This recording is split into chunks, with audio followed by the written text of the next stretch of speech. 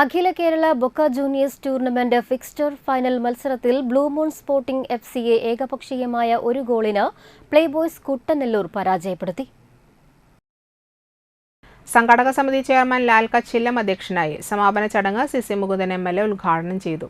CP trust chairman CP Salih സമ്മാന വിതരണോദ്ഘാടനം നിർവഹിച്ചു. ഒന്നാം സ്ഥാനം നേടിയവർക്കുള്ള മനപ്പള്ളി ശേഖരൻ സരളയുടെ ഓർമ്മയ്ക്ക് ഏർപ്പെടുത്തിയ ട്രോഫി വിജയികൾക്ക് സമ്മാനിച്ചു. PR Siddhartha Shankar, MS Sudheer, convener KK Bharathan, Kishore Vazhappally, Bijoy PS, Manikandan KS, Radhakrishnan KS, BK Manilal എന്നിവർ സംസാരിച്ചു. നമ്മുടെ ഗ്രൗണ്ടിൽ ബന്ധപ്പെടാനും നമ്മുടെ ഇതിൻ്റെ സംഘടക സമിതിയായിട്ട് ബന്ധപ്പെടാനും നമുക്ക് കഴിഞ്ഞിട്ടുണ്ട്. വളരെ കാലം മുമ്പ്